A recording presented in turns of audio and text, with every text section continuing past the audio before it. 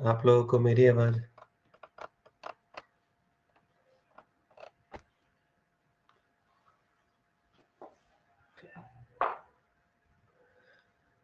Good morning दिल मोहम्मद। आपको जो स्क्रीन पर लिखा हुआ है वो क्लियरली विजिबल है, दिख रहा है आप लोगों को? और साथ ही साथ जो मैंने स्क्रीन पर ये शेयर किया हुआ है ये भी आप लोगों को विजिबल होगा। अगर ये दोनों बातें कंफर्म है तो फिर हम अपनी क्लास को स्टार्ट करेंगे। मोहम्मद शौकीन, आज तो कोई इशू नहीं आ रहा है आपको? जैसे कल आपको वॉइस में और इसमें प्रॉब्लम आ रही थी, क्या वो इशू क्लियर है? आप मैसेज में बता सकते हैं वेदर इट इज क्लियर और नॉट। हेलो एवरीवन, आपकी तरफ से कोई रिप्लाई नहीं आ रहा है, इट मीन्स कि कोई ना कोई प्रॉब्लम है। यस, दिल मोहम्मद अंसारी, क्या प्रॉब्लम है? कोई प्रॉब्लम दिख रही है आपको? क्लियर है, थैंक यू। शौकीन, कल जैसे इशू था आपको, कोई इशू तो नहीं है आपको? अगर इशू नहीं है तो फिर हम अपनी क्लास को आगे कंटिन्यू करेंगे। नो, तो आपको शौकीन, आपको जो मेरी वॉइस है वो भी क्लियरली आ रही है और जो स्क्रीन पर मैंने एक पेपर शेयर किया हुआ है वो भी आपको क्लियरली विजिबल है। Yes,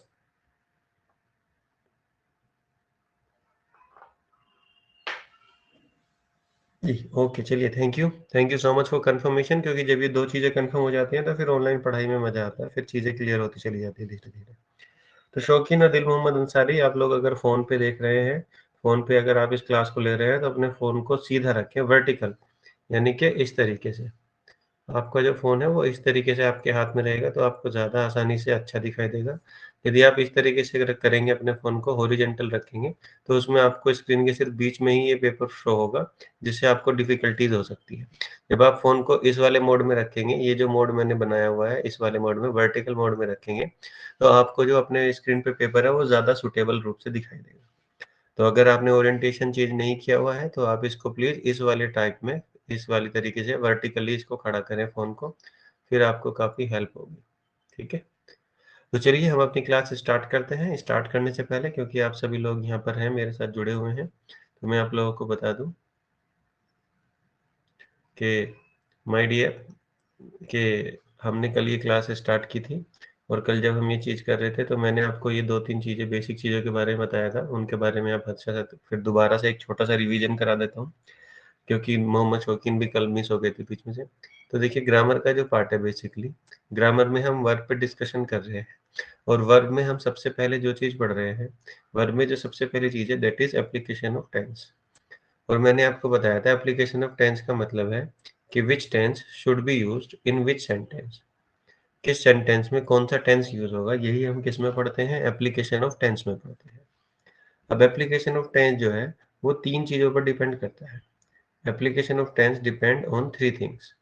first thing time, second thing adverb, third thing action. कोई भी सेंटेंस है उसमें क्या टाइम दिया हुआ है, उसमें क्या एडवर्ब यूज़ की गई है और उस सेंटेंस में क्या एक्शन हो रहा है, ये 3 बातों पर डिपेंड करता है कि कौन-सा टेंस उसमें लगेगा। यानी कि अगर मैं साधारण शब्दों में कहूँ, हाँ, वर्टिकली अच्छा आ रहा है। मैंने आपको इसीलिए वो बताया, वर्टिकली आप देखोगे तो आपको बहुत अच्छा ईज़िली समझ आएगा सब कुछ। तो application of tense, which tense should be used in which sentence, ये आपको 3 चीज़ों पे डिपेंड करता है।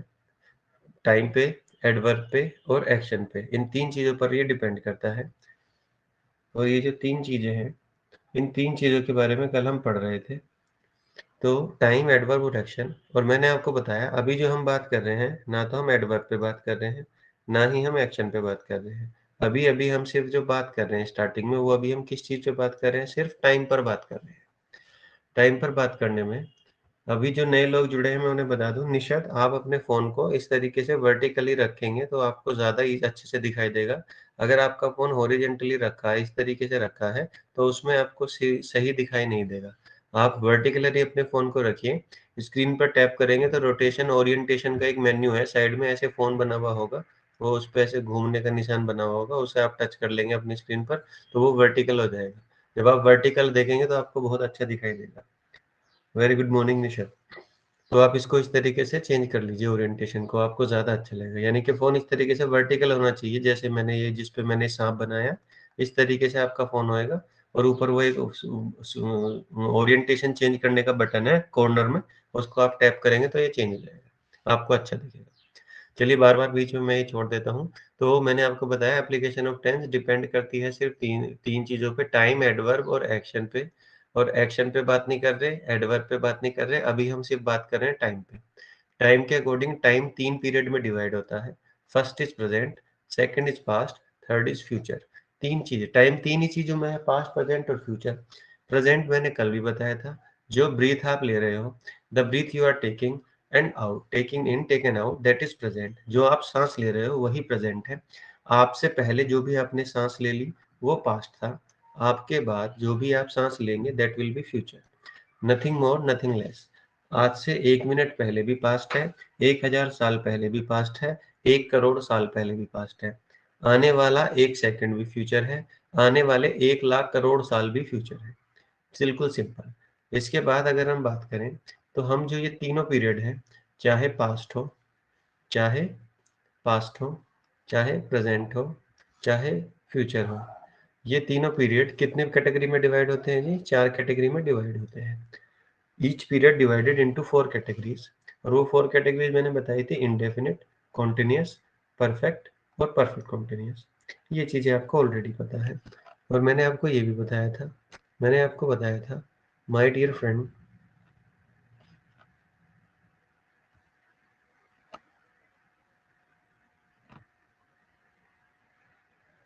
कोई इश्यू नहीं है, रिकॉर्डिंग अवेलेबल रहेगी दिल मोहम्मद अंसारी।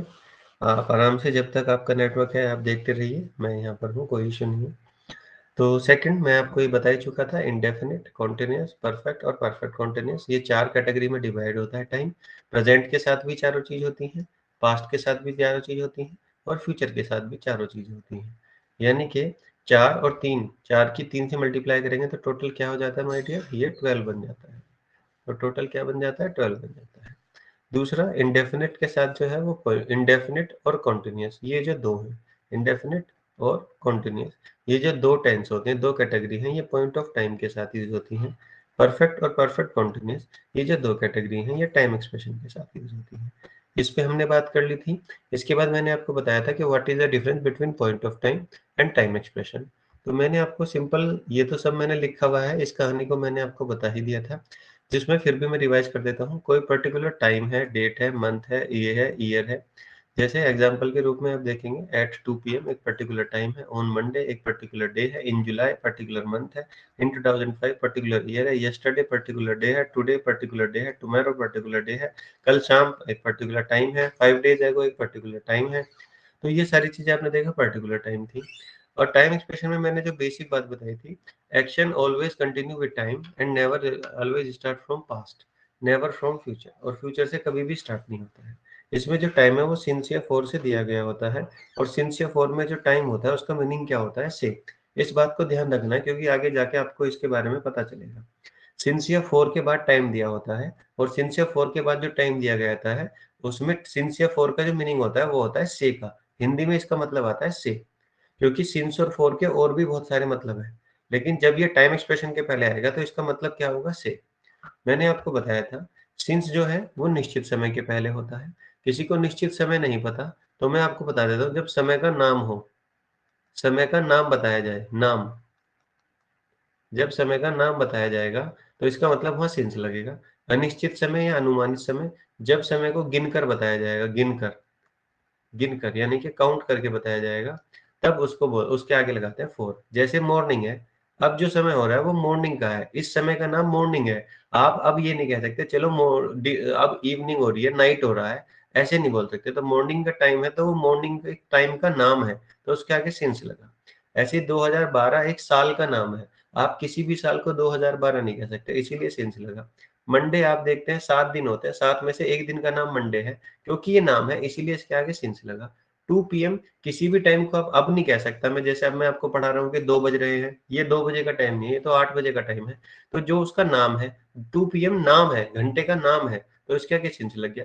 यस्टरडे आप आने वाले कल को यस्टरडे नहीं कह सकते, बीते हुए कल को ही यस्टरडे कहेंगे, तो इसीलिए नाम है, क्योंकि ये कल जो दिन चला गया उसका नाम है, तो सिंस लगेगा। अब जो गिनकर, जैसे मैंने बताया अनिश्चित समय, अगर आप अनिश्चित निश्चित को नहीं निकाल सकते तो देखिए गिनकर देखिए, क्या गिन रहे हैं 2 आवर्स, तो 2 आवर्स आपने उसका नाम बताया है या गिनकर बताया है कितने घंटे हो गए?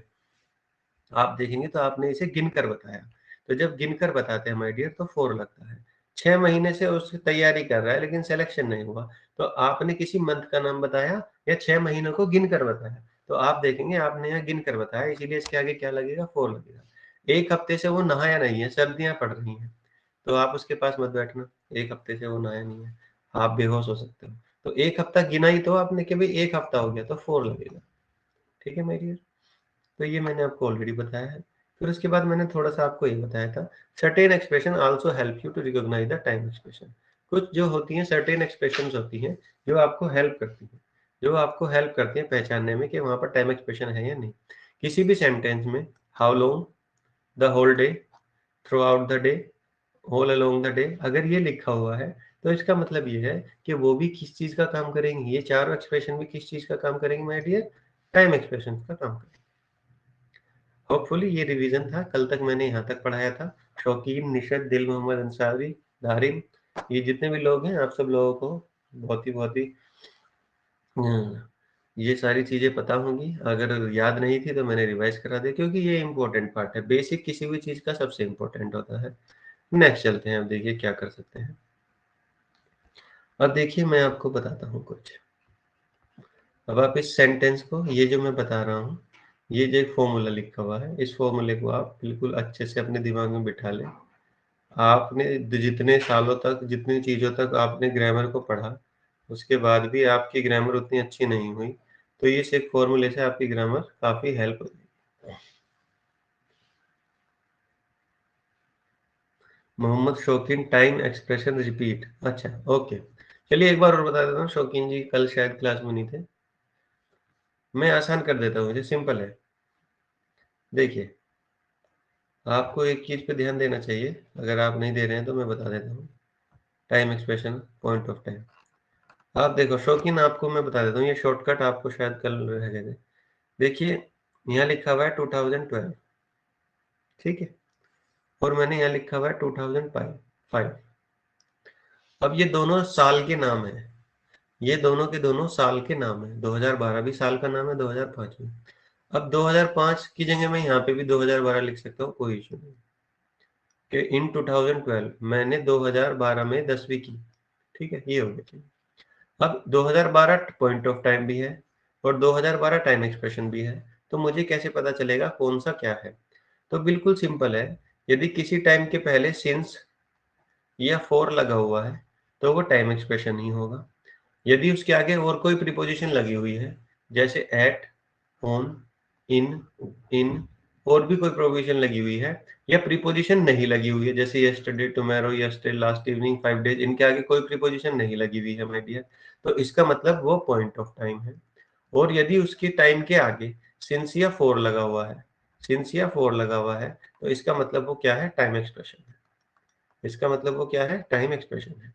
ये इनको याद रखने का सबसे आसान तरीका है कि यदि सिंस या फॉर लगा हुआ है, तो वो क्या होगा? टाइम एक्सप्रेशन होगा। यदि सिंस या फॉर नहीं लगा हुआ है, तो वो होगा पॉइंट ऑफ टाइम। नेक्स्ट, अब मेरी बात बिल्कुल ध्यान से सुनेंगे, ये नई कॉन्सेप्ट है, ये 2-3 कॉन्सेप्ट आपको ज़रूर आने चाहिए। बिल्कुल ध्यान से सुनेंगे आप। देखिए, यदि कोई भी सेंटेंस कॉन्टिन्युअस टेंस में दिया हो, कॉन्टिन्युअस टेंस में दिया हो, मेरी बात ध्यान से सुनिए, जो एक वर्ड लिखा हुआ है, कोई भी सेंटेंस, कोई भी सेंटेंस कॉन्टिन्युअस में दिया हो और साथ में टाइम एक्सप्रेशन भी दिया हो, तो अब आप समझेंगे, यदि कोई भी सेंटेंस कॉन्टिन्युअस में दिया हो और साथ में टाइम एक्सप्रेशन भी हो, तो क्या होगा? तो आपको ये मैथमेटिकल फॉर्मूला याद रखना है जो मैंने यहाँ पे लिखा हुआ है। कोई भी कॉन्टिन्युअस टेंस हो, उसके साथ यदि टाइम एक्सप्रेशन आ जाएगा, तो वो सेंटेंस किस में चेंज हो जाएगा? वो सेंटेंस चेंज हो जाएगा परफेक्ट कॉन्टिन्यूअस में। दोबारा से आप इसको बिल्कुल ध्यान से सुनिए, कोई समस्या नहीं है किसी भी तरीके की, बिल्कुल आसानी से आप समझिए। कोई भी सेंटेंस यदि कॉन्टिन्यूअस टेंस में दे रखा है और उसके साथ टाइम एक्सप्रेशन भी है, तो आप ये फॉर्मूला याद रखेंगे जो मैंने यहाँ पे लिखा हुआ है। कॉन्टिन्यूअस टेंस और उसके साथ प्लस कर दिया है आपने किसको? टाइम एक्सप्रेशन को। तो माय डियर, वो सेंटेंस किस में चेंज हो जाएगा? परफेक्ट कॉन्टिन्यूअस में। ओके माय डियर फ्रेंड, अब आगे चलते हैं। ये फॉर्मूला याद हो गया? ये फॉर्मूला आपको कोई इस फॉर्मूले को समझने में प्रॉब्लम? मैंने क्या कहा अभी, इसका यूज क्या है वो भी बताऊंगा। हाँ, अभी सिर्फ ये याद रखना है आपको कि यदि आपके पास कोई भी कॉन्टिन्यूअस टेंस है, सिंपल कॉन्टिन्यूअस टेंस, और उसके साथ टाइम एक्सप्रेशन आपको सेंटेंस में दिया हुआ है, तो सेंटेंस किस में चेंज हो जाएगा? परफेक्ट कॉन्टिन्यूअस में चेंज हो जाएगा। ये फॉर्मूला आप याद रखेंगे। अब थोड़ा सा मैं आपको बेसिक बता देता हूँ, आपको बिल्कुल आता होगा बेसिक। देखिए, अब कॉन्टिन्यूअस टेंस क्या होते हैं? एक होता है प्रेजेंट कॉन्टिन्यूअस, एक होता है प्रेजेंट परफेक्ट कॉन्टिन्यूअस। एक तो क्या होता है? Present continuous. एक क्या होता है? Present perfect continuous. इन दोनों की ही खासियत क्या है? Action is going on. दोनों की ही खासियत ये है कि एक्शन इज गोइंग ऑन। इसका मतलब है कार्य चल रहा है, कार्य चल रहा है। इसका मतलब है कार्य चल रहा है, यानी कि एक्शन इज गोइंग ऑन। चाहे प्रेजेंट कॉन्टिन्यूअस हो, चाहे प्रेजेंट परफेक्ट कॉन्टिन्यूअस हो, दोनों की ही खासियत है कि कार्य चल रहा है। जो प्रेजेंट कॉन्टिन्यूअस टेंस होता है उसमें इज आता है, आर आता है, एम आता है, और उसके साथ वर्ब की आईएनजी फॉर्म आती है। जो प्रेजेंट परफेक्ट कॉन्टिन्यूअस टेंस होता है उसमें हैज बीन आता है, हैव बीन आता है, वर्ब आती है और उसकी आईएनजी फॉर्म आती है। दोनों की ही खासियत है, दोनों में ही कार्य चल रहा होता है। पास्ट कॉन्टिन्यूअस टेंस और दूसरा होता है पास्ट परफेक्ट कॉन्टिन्यूअस टेंस। इसकी खासियत क्या है कि एक्शन वाज गोइंग ऑन। इसका मतलब है कार्य, इसका मतलब है कार्य चल रहा था। इसका मतलब है कार्य चल रहा था। अब चल रहा था में वाज आता है, वर आता है और उसके साथ आईएनजी फॉर्म आती है। और पास्ट परफेक्ट कॉन्टिन्यूअस में हैड बीन प्लस वर्ब की आईएनजी फॉर्म आती है। खासियत दोनों सेंटेंस की यही होती है कि एक्शन वाज गोइंग ऑन। इसके बाद हम आते हैं फ्यूचर कॉन्टिन्यूअस पे। फ्यूचर कॉन्टिन्यूअस और फ्यूचर परफेक्ट कॉन्टिन्यूअस, इसकी खासियत क्या है? Action will be going on. इसका मतलब है कार्य चल रहा होगा। इसका मतलब है कार्य चल रहा होगा। अब कार्य चल रहा होगा माय डियर। अब इसमें दोनों ही टेंस की खासियत ये है, चाहे फ्यूचर कॉन्टिन्यूअस हो, चाहे फ्यूचर परफेक्ट कॉन्टिन्यूअस हो, दोनों की ही खासियत है कि कार्य चल रहा होगा। फ्यूचर कॉन्टिन्यूअस में विल बी शैल बी के साथ वर्ब की आईएनजी फॉर्म आती है। Will have been, shall have been plus verb की आईएनजी फॉर्म आती है फ्यूचर परफेक्ट कॉन्टिन्यूअस में। तो माय डियर देखिए, टोटल 12 टेंसेस होते हैं आपके, और 12 में से 6 सेंटेंसेस मैंने आपके 6 टेंसेस आपकी स्क्रीन पर लिखे हुए हैं। 6 टेंस कौन से? 6 के 6 कॉन्टिन्यूअस। 6 के 6 कॉन्टिन्यूअस टेंस है आपके, चाहे वो प्रेजेंट कॉन्टिन्यूअस हो, चाहे वो चाहे प्रेजेंट परफेक्ट कॉन्टिन्यूअस हो, चाहे पास्ट कॉन्टिन्यूअस हो, पास्ट परफेक्ट कॉन्टिन्यूअस हो, चाहे वो आपका फ्यूचर कॉन्टिन्यूअस हो या फ्यूचर परफेक्ट कॉन्टिन्यूअस हो। अगर आपको अभी भी ये नहीं पता कि will be, shall be, will have been, shall have been, was, were, had been, is, are, am, was, has been, have been किसके साथ आते हैं, आपको इस बात में कंफ्यूजन है, तो वैसे तो मैंने स्क्रीन पर आपको लिखे हुए हैं वो समझा दिए हैं। बाकी जब आप मेरे साथ पढ़ते रहेंगे तो आपको ऑटोमेटिकली ये याद हो जाएंगे, आपको रटना नहीं पड़ेगा। इसी के साथ मैंने आपको इस पेज पर जो बात बताई है, दो काम की बात बताई है। एक तो आपको ये याद रखना है कि कॉन्टिन्यूअस टेंस के साथ टाइम एक्सप्रेशन यदि आ जाए तो वो सेंटेंस किस में चेंज हो जाएगा? परफेक्ट कॉन्टिन्यूअस में। बाकी मैंने किसके साथ क्या वर्ब आती है वो मैंने आपको एक्सप्लेन किया। नेक्स्ट चलते हैं। अब देखिए, मैं आपके स्क्रीन पर एक एग्जाम्पल लिखा।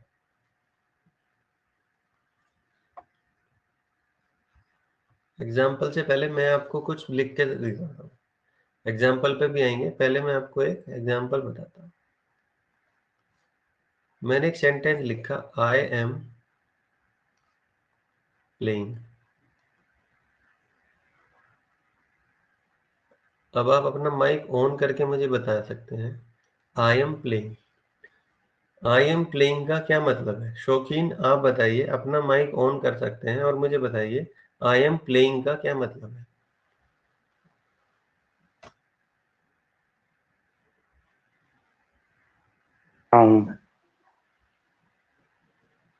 बताओ। हेलो, आवाज आ रही है सर? हाँ जी आ रही है, बताइए शौकीन।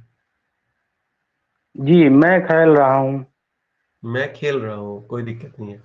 चलिए, अब मैं इसी को आई एम प्लेइंग के आगे मैंने लिख दिया, I am playing, I am playing from morning. जी, इसका क्या मतलब हो जाएगा?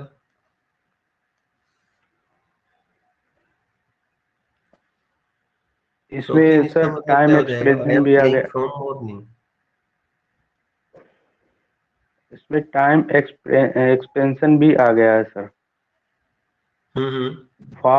From morning. हाँ, जी, तो इसका मैं मीनिंग क्या हो जाएगा? सुबह के समय। सुबह के समय। चलिए, मैं दूसरा एग्जांपल देता हूँ आपको।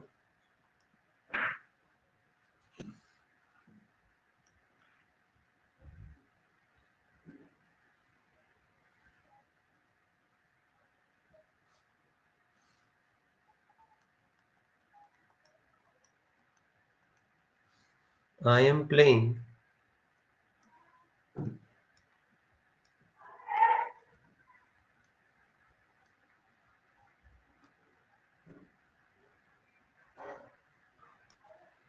आई एम प्लेइंग सिंस मॉर्निंग। इसका क्या मतलब हो जाएगा शौकीन? इसका क्या मतलब हो जाएगा?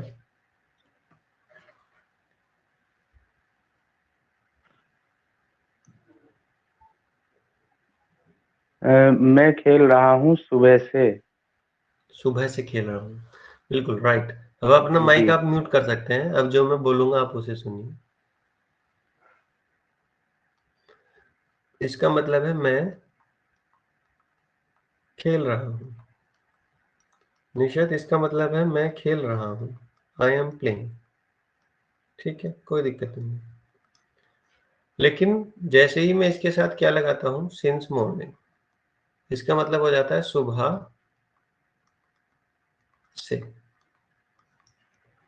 राइट, सुबह से। अब मैं ये कहना चाह रहा हूँ, आप सपोज कीजिए सेंटेंस में ये नहीं दे रखा है, सिंस मॉर्निंग नहीं दे रखा है। सिंस मॉर्निंग अभी के लिए मान लीजिए है नहीं, सेंटेंस सिर्फ कितना है, आई एम प्लेइंग।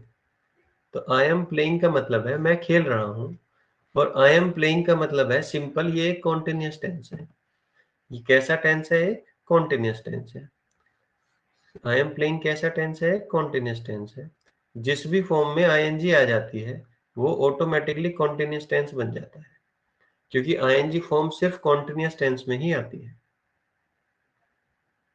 ठीक है, लेकिन जैसे ही इसके साथ सिंस मॉर्निंग लगा, तो आपको पता है जब भी टाइम सिंस के बाद दिया गया होगा, टाइम जब भी सिंस के बाद दिया गया होगा, जब भी टाइम सिंस के बाद दिया गया होगा माय डियर, तो आपको पता है सिंस के बाद जो टाइम दिया गया होता है उसे हम क्या बोलते हैं? Time expression. राइट, सभी कंफर्म कीजिए। क्या आप ये बात समझ पा रहे हैं कि जब सिंस दे दिया मॉर्निंग के पहले, यानी कि सिंस के बाद जो टाइम दिया गया होता है, अगर टाइम सिंस या फोर के बाद है तो उसे क्या कहते हैं आप? टाइम एक्सप्रेशन कहते हैं। मैंने कहा हाँ सर बिल्कुल सही है, आपने अभी बताया थोड़ी देर पहले कि सिंस के बाद यदि टाइम दिया है तो वो किस चीज को एक्सप्लेन करेगा? टाइम एक्सप्रेशन को। मैं खेल रहा हूँ, मैं खेल रहा हूँ, ये एक कॉन्टिन्यूअस टेंस है। ये कैसा टेंस है? एक कॉन्टिन्यूअस टेंस है। और मैंने अभी आपको फॉर्मूला बताया कि यदि कोई भी कॉन्टिन्यूअस टेंस दे रखा है और उसके साथ यदि आपको टाइम एक्सप्रेशन दे दिया, कॉन्टिन्यूअस टेंस के साथ टाइम एक्सप्रेशन दे दिया, तो वो क्या हो जाता है, वो हो जाता है परफेक्ट कॉन्टिन्यूस। वो क्या हो जाता है, परफेक्ट कॉन्टिन्यूस। जिसको याद नहीं है मैं दोबारा बता देता हूँ। यहाँ पर आपने देखा कोई भी कॉन्टिन्यूस टेंस है, उसके साथ यदि टाइम एक्सप्रेशन आ गई तो वो सेंटेंस किस में चेंज हो जाएगा, परफेक्ट कॉन्टिन्यूस में। अब आपको कंफ्यूजन होगा, सर कॉन्टिन्यूस टेंस तो 6 है। बिल्कुल, इन 6 में आप देखोगे, जब आप 6 को देखोगे तो ये सारे सिंपल कॉन्टिन्यूस है, प्रेजेंट, पास्ट और फ्यूचर। और आप देखोगे ये 3 ही क्या है, परफेक्ट कॉन्टिन्यूस है, प्रेजेंट, पास्ट और फ्यूचर। तो इसका मतलब है जो भी कॉन्टिन्यूस टेंस होगा, जैसे सपोज कीजिए प्रेजेंट कॉन्टिन्यूस टेंस है, तो वो किसके परफेक्ट में बनेगा, प्रेजेंट को परफेक्ट कॉन्टिन्यूस के। यदि वो पास्ट कॉन्टिन्यूस टेंस है तो वो किस में बनेगा, पास्ट परफेक्ट कॉन्टिन्यूस में। यदि वो फ्यूचर कॉन्टिन्यूस टेंस है तो वो किस में बनेगा, फ्यूचर परफेक्ट कॉन्टिन्यूस में। Simple as that. अब आपको पता है इज आर एम के साथ आईएनजी फॉर्म आती है प्रेजेंट कॉन्टिन्यूस में, और यदि उसको परफेक्ट कॉन्टिन्यूस बनाना है तो उसके साथ हैज बीन या हैव बीन के साथ वर्ब की आईएनजी फॉर्म आएगी। तो बस एज सिंपल एज दैट। अब हम क्वेश्चन पे गए। अब हमने देखा, अब हमने जो पता किया वो पता किया भाई कॉन्टिन्यूस टेंस है आई एम प्लेइंग, और कॉन्टिन्यूस टेंस के साथ टाइम एक्सप्रेशन आया हुआ है, तो सेंटेंस परफेक्ट कॉन्टिन्यूस में बनेगा। अब आपको पता है यहाँ पर यूज हुआ है एम, तो ये कौन सा टेंस था माय डियर, ये था प्रेजेंट कॉन्टिन्यूस। तो जब ये प्रेजेंट कॉन्टिन्यूस था तो परफेक्ट कॉन्टिन्यूस भी किसका बनेगा, प्रेजेंट परफेक्ट कॉन्टिन्यूस का। और प्रेजेंट परफेक्ट कॉन्टिन्यूस के अनुसार वो कहते हैं कि ये जो एम है ये रॉन्ग है। प्रेजेंट कॉन्टिन्यूस में एम नहीं आता, प्रेजेंट परफेक्ट कॉन्टिन्यूस में आता है हैव बीन। तो सेंटेंस बनेगा I have been playing since morning. I have been playing since morning. Am की जगह पे आपको क्या लगाना पड़ेगा, हैव बीन लगाना पड़ेगा। इसमें जो गलत है वो गलती है एम की। क्यों गलत है, क्योंकि एम लगने से सेंटेंस बन जाता है सिंपल कॉन्टिन्यूअस, जबकि हमें पता है यदि किसी भी कॉन्टिन्यूअस टेंस में टाइम एक्सप्रेशन आ गया, जो कि इसमें सिंस मॉर्निंग है, टाइम एक्सप्रेशन उस सेंटेंस को किस में चेंज कर देता है, प्रेजेंट परफेक्ट कॉन्टिन्यूअस में चेंज कर देता है। और प्रेजेंट परफेक्ट कॉन्टिन्यूअस में जो हेल्पिंग वर्ब एम लगी हुई है ये रॉन्ग होती है। इसकी जगह पर आपको सही हेल्पिंग वर्ब लगानी पड़ेगी, दैट इज हैव बीन।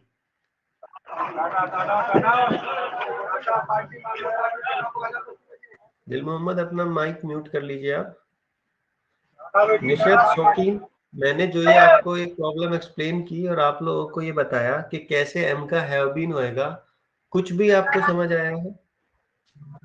शौकीन, निशद तो कह रही है उनको समझ आया है कि कैसे चेंज हुआ है।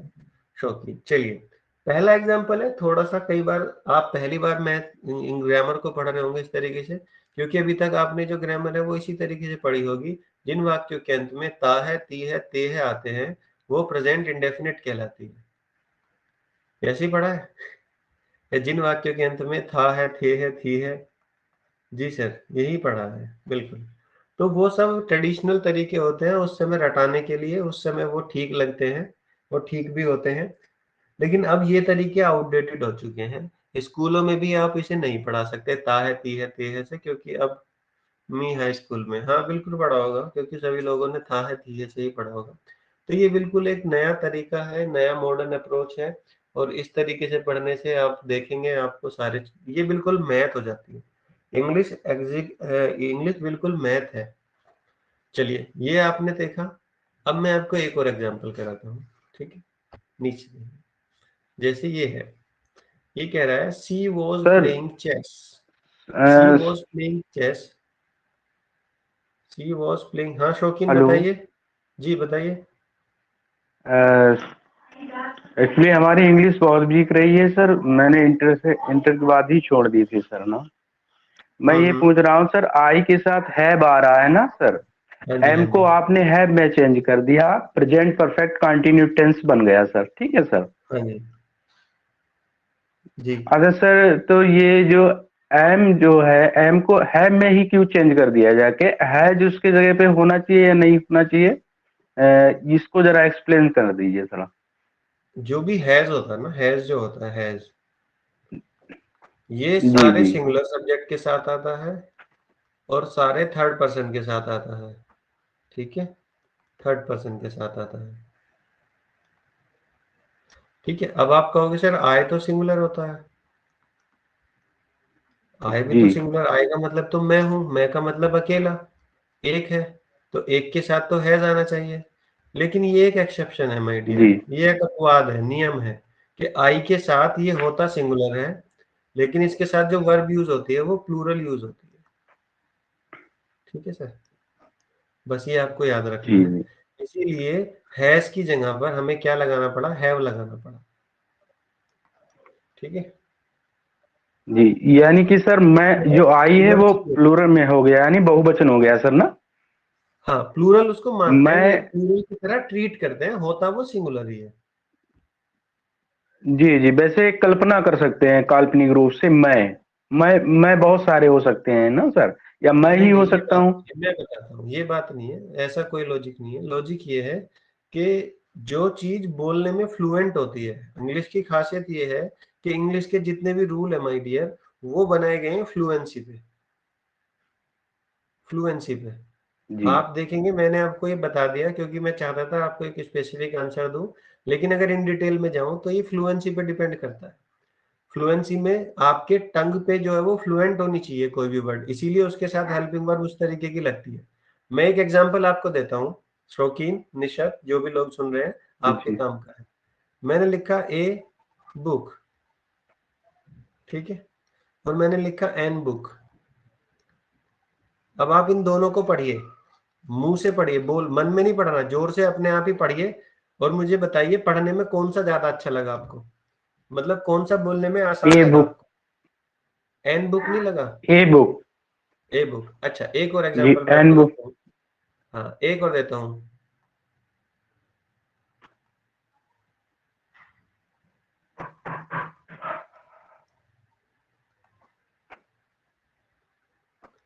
ये मैंने एक लिखा है ए अम्ब्रेला और एक लिखा है एन अम्ब्रेला, दोनों में बताइए आपको पढ़ने में कौन सा अच्छा लग रहा है। An an umbrella sir. क्यों अच्छा लग रहा है बता सकते हैं। इसके साथ इसके बाद जो है जस्ट बॉबिल्स आ जाता है ना सर, यू। वो तो नियम है, वो नियम है, मैं बताता हूँ अच्छा क्यों सर। अच्छा लग रहा है। क्योंकि जब आप एन अम्ब्रेला बोलेंगे तो आप देखेंगे आपकी जो जबान है वो अटक नहीं रही, जबकि ए अम्ब्रेला बोलने में आपको एक हल्का सा सेकंड का गैप लेना पड़ रहा है। ए अम्ब्रेला, एन अम्ब्रेला, जी बिल्कुल। तो ये सारा ही खेल इंग्लिश में फ्लुएंसी का होता है माय डियर, ठीक है। ये एडवांस लेवल है, जब आप आईलेट्स वगैरह की तैयारी करेंगे तो वहां पे आपका जो है उस चीज का टेस्ट होता है कि आपको फ्लुएंसी कैसी है, वहां पर आपको इन सारे एक्सप्रेशंस का और आपके जो अंदर से टंग से जो वॉइस निकल रही है उसकी फ्लुएंसी पे डिपेंड करता है। तो आप इसको इस तरफ जाएंगे तो बहुत लंबा, बहुत डिटेलिंग हो जाएगा वीडियो। हम ये चाह रहे हैं कि जो हमारा एग्जाम वाला है वो वाले पैटर्न पे जाते हैं, तो इसीलिए आई के साथ हैज लगा के जब आप बोलेंगे तो आपको डिफरेंस समझ, आई हैज, आई हैव, देखेंगे तो आपको समझ आ जाएगा कि क्या क्या इशू है। Okay sir. हाँ, तो बेसिकली आई के साथ हैव लगाएंगे और प्लूरल वर्ब का ही इस्तेमाल करेंगे, और कोई इसके साथ यूज नहीं करना। अब देखिए मैं एक सेंटेंस आपको बता रहा था कि सी वॉज प्लेइंग चेस, अगर देखिए सिर्फ सेंटेंस इतना ही है तो इसमें वॉज ठीक रहता है, सी वॉज प्लेइंग चेस, क्योंकि सिंपल कॉन्टिन्यूस है। पेपर में एरर ही तभी आएगा माय डियर जब उसके साथ टाइम एक्सप्रेशन मिलेगा आपको। तो सेंटेंस पूरा क्या है, she was playing chess the whole day yesterday, वो कल पूरे दिन, द होल डे का मतलब यदि जिसे नहीं पता है तो मैं बता देता हूं, उसका मतलब है पूरे दिन। द होल डे का मतलब क्या होता है, पूरे दिन। तो she was playing chess the whole day yesterday, तो कल मेरी वो कल क्या है, पूरे दिन चेस खेलती रही। तो अब आपको पता है वॉज प्लेइंग आ गया, इसका मतलब it is a continuous tense. ये कैसा टेंस है, कॉन्टिन्यूअस टेंस है। आपको यदि पहचानना है कि वो कॉन्टिन्यूअस टेंस है या नहीं, तो उसमें वर्ब की आईएनजी फॉर्म लगी होगी हमेशा। यदि उसके साथ आईएनजी फॉर्म लगी हुई है तो निश्चित रूप से वो कॉन्टिन्यूअस टेंस है। अब ये कैसे पहचानना है कौन सा कॉन्टिन्यूअस टेंस है, इज आर एम लगा होता तो प्रेजेंट कॉन्टिन्यूअस, वॉज लगा हुआ है तो ये कौन सा टेंस हो गया माय डियर, पास्ट, तो पास्ट कॉन्टिन्यूअस है। अब मेरे पास एक एक्सप्रेशन दी हुई है सेंटेंस में, द होल डे, क्या दी हुई है, द होल डे, और यस्टरडे भी दे रखा है, yesterday the whole day. The whole day मैंने आपको बताया था, अगर आपको याद है तो जब मैंने आपको पॉइंट ऑफ टाइम और टाइम एक्सप्रेशन के बीच में डिफरेंस बताया था, तो मैंने आपको बताया था ये कुछ एक्सप्रेशन यदि किसी सेंटेंस में आ जाएंगी तो वो सेंटेंस कैसे, ये एक्सप्रेशन किस चीज को डिनोट करेंगी, टाइम एक्सप्रेशन को डिनोट करेंगी। Hopefully you remember. तो आप देखेंगे कि कहीं ना कहीं इसमें द होल डे आ रहा है, तो द होल डे जो है वो किसी भी सेंटेंस में जब आएगी तो वो टाइम एक्सप्रेशन का काम करेगी।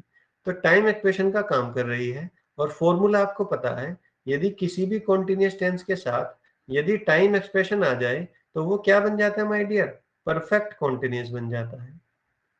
और परफेक्ट कॉन्टिन्यूअस कौन सा, क्योंकि ये पास्ट कॉन्टिन्यूअस था, तो परफेक्ट कॉन्टिन्यूअस भी किसका बन जाएगा, पास्ट का। और perfect continuous, past perfect continuous ये कहता है माय डियर कि यदि पास्ट परफेक्ट कॉन्टिन्यूअस में चेंज करना है तो मैं अपने साथ हेल्पिंग वर्ब वाज नहीं ले सकता, मुझे इसे चेंज करना पड़ेगा। और वाज की जगह पे this will change into had been. तो वॉज की जगह पे आपको क्या लगाना पड़ेगा, had been. She had been playing, she had been playing chess the whole day yesterday. कल वो पूरे दिन चेस खेल रही थी, कल वो पूरे दिन चेस खेल रही थी। तो पास्ट कॉन्टिन्यूअस टेंस था, द होल डे एक टाइम एक्सप्रेशन है, उसके आ जाने से वो सेंटेंस पूरा का पूरा किस में चेंज हो गया, वो सेंटेंस पूरा का पूरा पास्ट परफेक्ट कॉन्टिन्यूअस में चेंज हो गया। और पास्ट परफेक्ट कॉन्टिन्यूअस में चेंज होते ही वो कहीं ना कहीं अपने साथ वोज नहीं, अपने साथ क्या लेगा, हेल्पिंग वर्ब हैड बीन। तो हैड बीन लगाना पड़ेगा वो उसकी जगह। पेपर में आपको ऐसे ही एरर मिलेंगे, वो आपको एक परफेक्ट टेंस देगा लेकिन हेल्पिंग वर्ब आपको लगा के देगा किसकी, कॉन्टिन्यूअस की, सिंपल कॉन्टिन्यूअस की। जब सिंपल कॉन्टिन्यूअस की हेल्पिंग वर्ब लगा के देगा तो इसका मतलब आपको वो गलती पहचाननी है और उसकी जगह पे चेंज करना है हैड बीन। देखिए मैं आपको बताऊं, अंतर्यामी कोई भी व्यक्ति नहीं होता है। जब कोई भी व्यक्ति नहीं होता तो जब आपको कोई सेंटेंस दिया जाएगा तो उसमें ऐसा कोई क्लू जरूर छुपा होगा जिसे देख के आप उसे ठीक करोगे। आपने भी ये बहुत बार सुना होगा, problem is not a problem, it just an absence of a solution. तो प्रॉब्लम प्रॉब्लम नहीं होती, ये सिर्फ एक सॉल्यूशन का क्या होता है, अभाव होता है।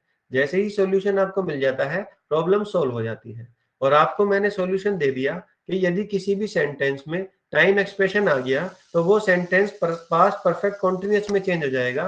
और जब वो पास्ट परफेक्ट कॉन्टिन्यूअस में चेंज हो जाएगा माय डियर, तो उसको वाज की जगह आपको क्या करना पड़ेगा, हैड बीन अप्लाई करना पड़ेगा।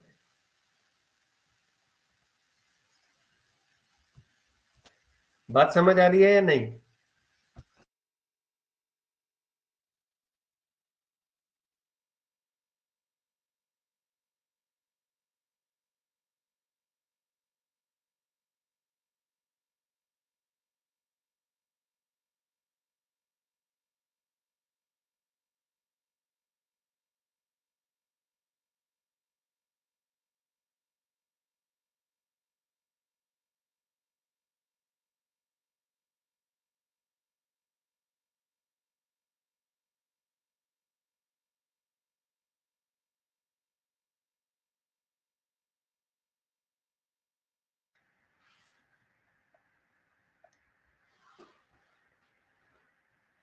शौकीन कह रहे हैं सही है, निशत कह रही है गॉट इट। एक और एग्जांपल हम आज एग्जाम्पलीफाई करेंगे नेक्स्ट। अब जैसे ये है, आप देखेंगे my aunt is living in England. यदि सेंटेंस सिर्फ इतना हो, my aunt is living in England, यदि सेंटेंस सिर्फ इतना है my aunt is living in England, कोई दिक्कत नहीं है, सेंटेंस बिल्कुल ठीक है, सिंपल कॉन्टिन्यूअस में बनेगा। क्यों बनेगा माय डियर, क्योंकि आप देखेंगे इसमें कोई भी, आप देखेंगे इसमें कोई भी आगे टाइम एक्सप्रेशन नहीं है। अगर मैं सिर्फ इंग्लैंड तक की बात करूं, सिर्फ इंग्लैंड तक की, इसका मतलब है मेरी आंटी इंग्लैंड में रह रही हैं। ठीक है, रह रही हैं, कोई दिक्कत नहीं। लेकिन जैसे ही इसमें टाइम एक्सप्रेशन ऐड होगा 4-5 ईयर्स, कि मेरी आंटी इंग्लैंड में 5 सालों से रह रही हैं, तो जैसे ही आप देखेंगे 4-5 ईयर्स ऐड हुआ, तो आपने देखा कि इसमें क्या ऐड हो गया, टाइम एक्सप्रेशन। तो माई aunty is living in England, मेरी आंटी इंग्लैंड में रह रही है, कब से, 5 सालों। अब देखना फोर का मीनिंग यहाँ पर आप कुछ भी लगा लेना, मीनिंग हिंदी में क्या आएगा, से का ही आएगा। मेरी आंटी इंग्लैंड में रह रही है, माई aunty is living in England 4-5 years, वो 5 सालों से इंग्लैंड में रह रही है मेरी आंटी। अब आप खुद देखिए फोर का मीनिंग ऑटोमेटिकली क्या आया, से। दूसरा फोर लगाया 5 ईयर्स से पहले, और 5 ईयर्स किसी साल का नाम नहीं है, 5 इयर्स गिन के बताए जाते हैं, 1 2 3 4 5। क्लियर? तीनों पॉइंट क्लियर है जो मैंने आपको बताया। दूसरा एक पॉइंट और था, मैं आपको बताना नहीं चाह रहा था, लेकिन चलिए बता देता हूँ। मेरी आंटी इंग्लैंड में रह रही हैं। कब से रह रही हैं? 5 सालों से। अब जब 5 सालों से रह रही हैं, यानी कि उन्होंने रहना स्टार्ट कब करा होगा? 5 साल पहले। यस और नो? तो मैंने बताया था टाइम एक्सप्रेशन क्या होता है, वो होता है जिसमें टाइम पास्ट से स्टार्ट होता है। तो टाइम कब से, रहना कब से स्टार्ट हो रहा है? टाइम का रहने का स्टार्ट से कब से हो रहा है? पास्ट से। तो पास्ट से क्या हो रहा है? टाइम स्टार्ट हो रहा है। और वो कब स्टार्ट हुआ था टाइम? 5 साल पहले से। और अभी भी वो कंटिन्यू है विद टाइम, यानी कि वो अभी भी रह रही है, अब उन्होंने रहना बंद नहीं कर दिया। My aunt is living in England for 5 years. 5 सालों से रह रही हैं, यानी कि रहना उन्होंने कभी स्टार्ट किया था? पास्ट में, पिछले 5 साल पहले। तो इसीलिए माय डियर आप ये बात समझेंगे कि हर एक छोटी चीज की बहुत वैल्यू होती है। तो my aunt is living in England for 5 years. अब मैं सिंपल कर देता हूं, 4 5 इयर्स लग गया, तो 4 के बाद यदि कोई भी टाइम दे रखा है तो that is time expression. Since हो या फॉर हो, उसके बाद कोई टाइम दिया है तो that will be called time expression. अब आपको पता है इज लिविंग जो है ये कहीं ना कहीं कैसा टेंस है माय डियर? ये प्रेजेंट कॉन्टिन्यूअस टेंस है। और प्रेजेंट कॉन्टिन्यूअस टेंस होने के साथ ये तो सही है, ये जब तक सही है जब तक टाइम एक्सप्रेशन ना हो, यानी कि यहां तक हो सिर्फ सेंटेंस, जब तक तो सही है। लेकिन जैसे ही टाइम एक्सप्रेशन और प्रेजेंट कॉन्टिन्यूअस मिलेंगे तो सेंटेंस को चेंज करना पड़ेगा आपको प्रेजेंट परफेक्ट कॉन्टिन्यूअस में। और प्रेजेंट परफेक्ट कॉन्टिन्यूअस हमसे कहता है कि मैं अपने साथ इज लिविंग, इज के साथ आईएनजी फॉर्म नहीं ले सकता। अब मुझे प्रेजेंट परफेक्ट कॉन्टिन्यूअस के साथ हैज बीन लिविंग लिखना पड़ेगा, क्योंकि प्रेजेंट परफेक्ट कॉन्टिन्यूअस की जो हेल्पिंग वर्ब है वो हैज बीन और हैव बीन है, ना कि इज आर एम। तो इज की जगह हैज बीन लिविंग करना पड़ेगा। मैंने लिविंग यहां भी काट दिया, ये गलत किया, और इसीलिए मैंने शायद ये यहाँ दोबारा लिखा हुआ है उस बच्चे ने। तो लिविंग को काटने की जरूरत नहीं थी, क्योंकि आईएनजी फॉर्म तो आनी आनी थी। बस इज की जगह पे आपको हैज बीन करना पड़ेगा। हैज बीन क्यों आया? क्योंकि हैज माई आंट जो है वो एक सिंगुलर पर्सन है, माई आंट्स नहीं है, आंटीज नहीं है, सिर्फ आंट है। आंट का मतलब एक, और एक के लिए क्या आता है? हैज आता है। दोबारा बता देता हूं कि ये जो इज लिविंग है, इज लिविंग की वजह से सेंटेंस कॉन्टिन्यूअस में है। कॉन्टिन्यूअस कौन सा? इज है तो ये प्रेजेंट कॉन्टिन्यूअस है, इज है तो ये प्रेजेंट कॉन्टिन्यूअस है। अब क्योंकि फोर, यानी कि फोर के बाद टाइम दे रखा है, तो ये क्या हो गया? Time expression. Present continuous plus time expression दोनों मिलके बना देंगे इसे present perfect continuous. Present perfect continuous बना देंगे।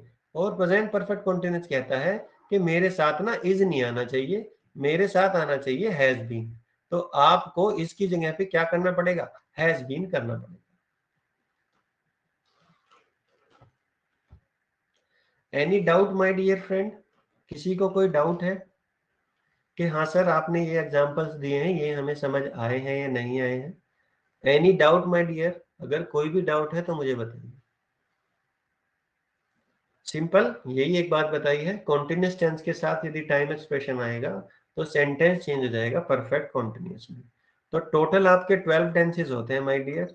और इस एक फॉर्मूले से आप आधे 50% आप एक ही बार में समझ सकते हैं। यानी कि 6 कॉन्टिन्यूअस टेंस होते हैं, प्रेजेंट और परफेक्ट, वो 6 होते हैं जो मैंने आपको अभी पीछे बताए। यानी कि आपके 50% टेंस एक ही क्लास में खत्म हो जाते हैं। ये होता है सही तरीके से पढ़ने का फायदा। जिनको ये डाउट है has been, is are am, was were, have been, will be, shall be कहाँ आएंगे, वो आप मेरे साथ अगर ध्यान से आपने पढ़ा तो आपको याद ही नहीं करना पड़ेगा। Everything will automatically be remembered by your brain, because we are not recapping और वी आर नॉट रटिंग। हम इनको तोता रट नहीं रहे हैं, रट्टू तोता नहीं बन रहे हैं। We are understanding the concept. And when you are understanding the concept my dear friend Nishad, Mohammad Shaukeen, Dil Mohammad Ansari, Dharim, that we are definitely going to keep it in our mind for a longer time. If we are understanding the concept, 10th class में इसलिए दिक्कत है my dear, क्योंकि तब आपका IQ उस level का नहीं होता शौकीन, है ना? आईक्यू उस लेवल का नहीं होता कि आपको अंडरस्टैंड कराया जा सके, क्योंकि हमारी जो अपब्रिंगिंग है उस तरीके की होती नहीं है। आप देखेंगे आज जो मैंने आपको एक बेसिक बात आप बताई कि ए के साथ अम्ब्रेला क्यों आता है, एन क्यों आता है, और ए के साथ बुक क्यों आती है, कॉन्सोनेंट क्यों आता है, ये अब नर्सरी के बच्चे पढ़ते हैं। नर्सरी, एलकेजी, यूकेजी के बच्चे पढ़ते हैं, उनको बोलना ही उसी तरीके से सिखाया जाता है फ्लुएंसी के। और आपको अभी भी मैं कोई प्रॉब्लम दे दूं, जैसे बताइए, अगर मैंने आपको बोल दिया कि ईयर से पहले बताओ ए आएगा या एन आएगा, तो आप में से 99% लोग बता नहीं पाएंगे क्या आएगा। तो this is what I have told you अभी इस क्लास में। अभी देखिए, मैं देखता हूँ आगे इसमें अब हमें क्या पढ़ाना है। ठीक है, ये कल की क्लास में करेंगे हम लोग, कल की क्लास में नए टेंस स्टार्ट करेंगे। आज के लिए इतना ही।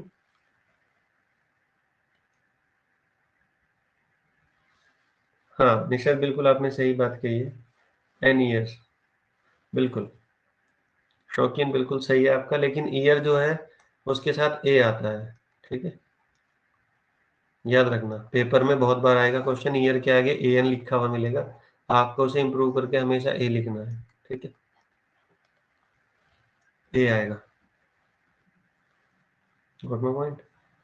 ओके, कंफर्म, याद रखना, पेपर में आएगा जरूर, क्वेश्चन आएगा, कोई से ना कोई से क्वेश्चन में किसी ना किसी दिन, मेरी इस बात को याद रखना, ये पेपर में आएगा क्वेश्चन, कोई से भी आए, मैं ये नहीं कह रहा जो आप देने जा रहे हो उसी में, किसी पेपर में जरूर आएगा। ठीक है, चलिए, तो मिलते हैं कल की क्लास में। आज के लिए थैंक यू सो मच। इसीलिए मैं कह रहा था आपसे, जब मैंने अपनी पहली क्लास ली थी, आपके आसपास कोई भी बच्चा है, उसको पैसे की दिक्कत है, पैसे की वजह से नहीं पढ़ना चाह रहा, कोई भी बच्चा है जो आगे आके किसी भी तरीके की तैयारी करना चाह रहा है, कोई भी फॉर्म भर रहा है या स्टडी में है, उसको ये बैच जरूर ज्वाइन करने के लिए बोलना। वो ज्वाइन करे, अपनी इंग्लिश को इम्प्रूव करे। मेरी एनर्जी जितनी है मैं उतनी पूरी लगाऊंगा, आप लोगों को जितनी अंडरस्टैंडिंग बिल्ड हो सकती है उतनी बढ़िया बिल्ड कराऊंगा, ताकि मैं चाहता हूँ कि आप लोग अंग्रेजी की वजह से नॉन कॉन्फिडेंस में ना रहे। कोई भी बच्चा नॉन कॉन्फिडेंस में ना रहे। जो भी आपके आसपास है, जो भी पढ़ना चाहता है, जिस भी तरीके से पढ़ना चाहता है, फीस का कोई इशू है बताइए, उसको कहीं ना कहीं वेवर किया जाएगा, जैसे भी है। अगर कोई पढ़ना चाहता है तो उससे बोलिए कि वो आए, पढ़े। ठीक है, ग्रेजुएशन की इंग्लिश तो लिटरेचर होती है, उसमें ग्रामर का कोई रूल नहीं है। ठीक है, ग्रामर का कोई रोल नहीं है लिटरेचर में, लिटरेचर का कोई रोल नहीं है ग्रामर को पढ़ाने में।